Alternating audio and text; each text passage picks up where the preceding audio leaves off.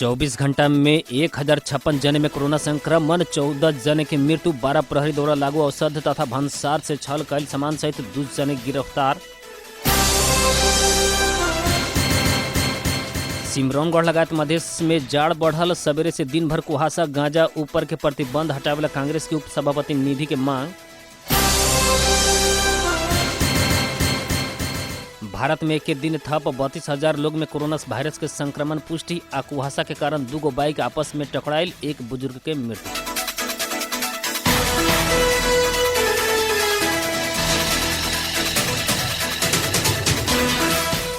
नमस्कार। 12 जिला के सिमरौनगढ़ में रहल रेडियो बादल 89 मेगाहर्ट्ज आ सरलाही के गोड़ैता बाजार में रहल रेडियो बंधन 99.2 मेगाहर्ट्ज तथा इंटरनेट ऑनलाइन के www.radiobadal.com ऐसा ही रेडियो बंधन.com साथे हमरो पात्रों पर दुनिया भर में एक साथ प्रसारण हो रहल बादल खबर में स्वागत करता हम नूर आलम बादशाह।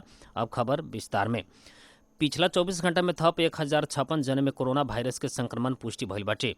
आज स्वास्थ्य तथा जनसंख्या मंत्रालय के प्रवक्ता डॉक्टर जागेश्वर गौतम से 6,286 पीसीआर परीक्षण कैला पर 1056 जने में कोरोना पुष्टि भइल जानकारी दिले बानी। ई संगे नेपाल में कोरोना संक्रमित के संख्या 2,44,433 पुगल बा।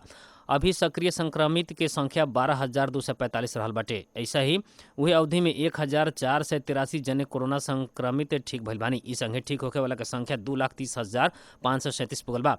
ऐसे ही पिछला 24 घंटा में 14 जने कोरोना संक्रमित के मृत्यु भइल बाटे। ई संगे नेपाल में कोरोना से मृत्यु होखे के संख्या 1,651 पुगल बा।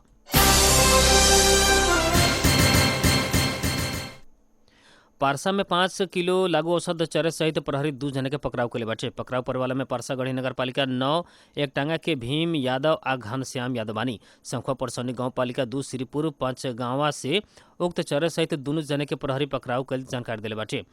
उ लोग के मकवानपुर में उत्पादित चरस भारतीय नंबर के मोटरसाइकिल में दक्षिण तरफ जा रहल अवस्था में पकड़ाव कैल गेल बाटे। पकड़ाव पर रहल अभियुक्त के जिला प्रहरी कार्यालय परसा में राख के थप अनुसंधान हो रहल जिला प्रहरी कार्यालय परसा जानकारी दिले बा।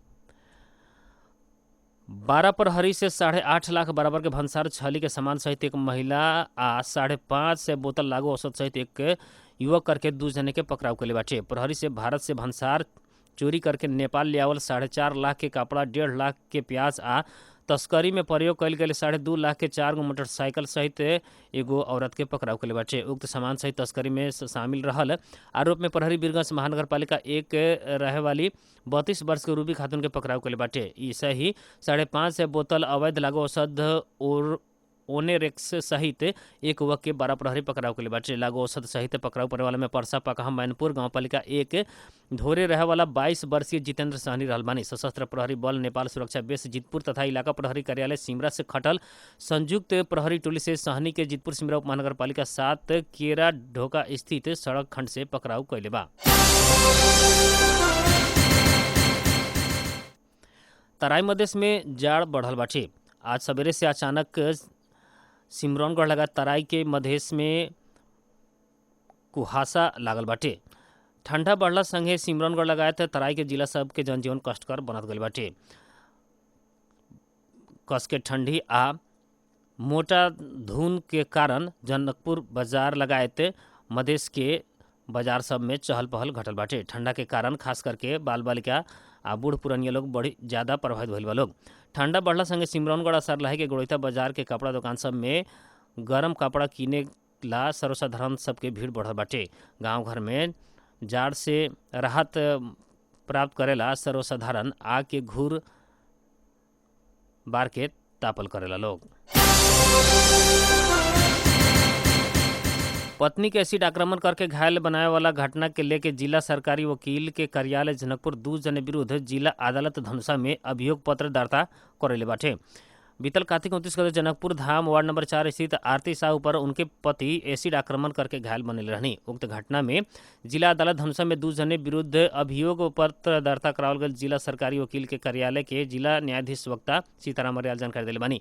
उनका अनुसार आरती के पति 26 वर्षीय संजीव शाह आ नागेंद्र शाह ऊपर अभियोग पत्र में दर्ता कल गेल बाटे। सरकारी वकील के कार्यालय से दोनों जने के 15 वर्ष 6 महीना सजा होखे वाला करके अभियोग पत्र दायर कल गेल बाटे। पूर्व उप प्रधानमंत्री एवं नेपाली कांग्रेस के उपसभापति विमलेन्द्र निधि दवाई गुण से युक्त जड़ी बूटी गांजा के लगावल गईल प्रतिबंध खुला करे में जोर दिले बानी। विश्व हिंदू युवा संघ से काल पशुपति स्थित मिर्ग स्थली में आयोजना कल गई पूर्व दर्शन विषयक प्रवचन कार्यक्रम में वहाँ के गांजा खेती से आर्थिक समुन्नति या मानव जीवन के रक्षा समेत होखेवाला भइला से एकर प्रतिबंध हटे के बतैले बानी।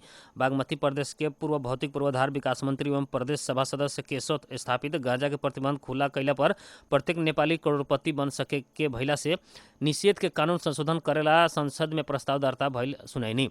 1 किलो के 50 लाख रुपया तक पड़े वाला दवाई युक्त वनस्पति के खुला करके देश के आर्थिक समृद्धि हासिल कर सके के वहाँ के कहनाम रहे।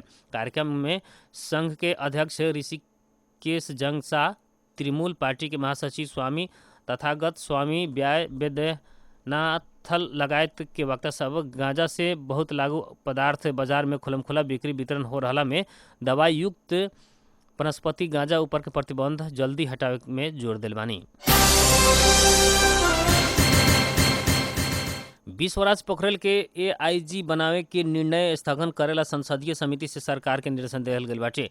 राज्य व्यवस्था तथा सुशासन समिति के आज बैठक से पोखरेल के एआईजी बनावे के निर्णय स्थगन करेला सरकार के निर्देशन देवे के निर्णय कैले समिति के सभापति शशि श्रेष्ठ जानकारी दिल बानी। बैठक में उपस्थित भइल गृह मंत्री रामबहादुर थापा समिति से कैल निर्देशन के आधार मान के आगे बढ़े के बताइनी। गृह मंत्री थापा मंत्रालय से 5 डीआईजी के दरबंदी थप करे के सिफारिश कैल, लेकिन मंत्रिपरिषद के प्रशासनिक कमेटी से 1 एआईजी के दरबंदी थप करे के कहल गईल बाटे। सत्तारूढ़ दल नेकपा के सांसद सब लालबाबू पंडित, पंफा भूषाल, झपट रावल, कांग्रेस के दिलेंद्र बड़ू, डीला संग्रौला सरकार के निर्णय के विरोध कैले बा लोग।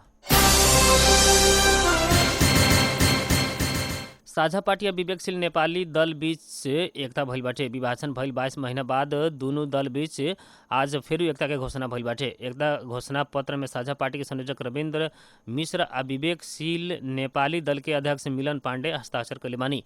एकीकृत पार्टी के नाम विवेकशील साझा पार्टी रखल गई बाटे। पार्टी के पहिलका वरीयता में अध्यक्ष मिश्र, दूसरका वरीयता में संयोजक में पांडे रहल बानी। एकीकृत पार्टी के लोगो व चुनाव चिन्ह साझा पार्टी से प्रयोग करत आयल तराजू ही रखे के सहमति भइल बाटे। नया पार्टी की केंद्रीय समिति में दोनों पार्टी के 65 जने करके 130 जने सदस्य रहे वाला बा। 2074 सावन 11 गते पहिलका बेरी साझा पार्टी आ विवेकशील नेपाली दल बीच से एकता भइल रहे। उहे वर्ष भइल आम निर्वाचन में उ लोग विवेकशील साझा पार्टी के नाम से चुनाव लड़ल रहे, लेकिन 2075 पुस में रविंद्र मिश्र समूह से अकेले पार्टी चलावे के खोजल कहत दोसर संयोजक उज्जवल थापा सहित के समूह अलग ही विवेकशील पार्टी दर्ता कैले बाद पार्टी फूटल रहे। भारत में एक दिन थप 32,000 व्यक्ति में कोरोना वायरस संक्रमण पुष्टि भइल बाटे। केंद्रीय स्वास्थ्य तथा परिवार कल्याण मंत्रालय के अनुसार भारत में कोरोना संक्रमित के कुल संख्या 97,35,850 पुगल बा, जौना मध्य 92,15,000 से ज्यादा संक्रमण मुक्त भइल बानी। ऐसे ही भारत में पिछला 24 घंटा में कोरोना वायरस के संक्रमण से थप 402 जने की मृत्यु भइल बाटे। एक साथे भारत में कोरोना संक्रमण से मृत्यु होखला के संख्या 1,41,360 पुगल बा।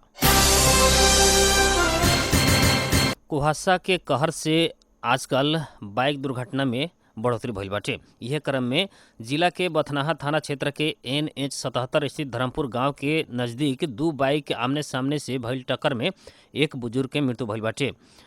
वाहन के टक्कर इतना जबरदस्त रहे कि घटनास्थल पर ही सवार बुजुर्ग की मृत्यु मौके पर हो गई।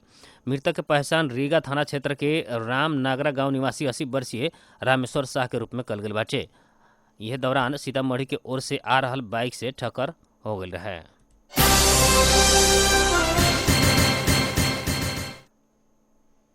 चुरौत स्थानीय प्रशासन से 29 बोतल नेपाली शराब के साथ एक सातिर धंधेबाज की गिरफ्तार कल गई बाटे। थाना में पदस्थापित सअनी रविंद्रनाथ यादव बताइनी कि रात के गश्ती के दौरान चुरौत मधवापुर सड़क मार्ग में एक युवक साइकिल पर शराब ले जात रहे।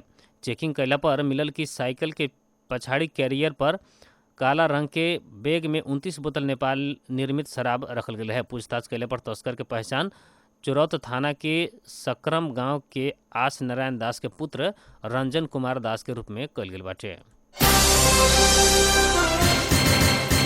अब मौसम संबंधी जानकारी। रेडियो बादल 89 मेगाहर्ट्ज द्वारा मापन कयल गेल अनुसार सिमरौनगढ़ आ सरलाही के गोड़ैता बाजार लगायत आसपास के क्षेत्र के बीच न्यूनतम तापक्रम 23 डिग्री सेल्सियस रहल बा। ऐसे आज सवेरे 21 दोपहर 27 डिग्री सेल्सियस रहल रहे तो आज रात में 18 डिग्री सेल्सियस तापक्रम रहे के अनुमान कयल गेल बाटे। ऐसे आज सवेरे 6:42 में बेर उगल रहे तो संझिया 5:12 में बेर डूबल बा।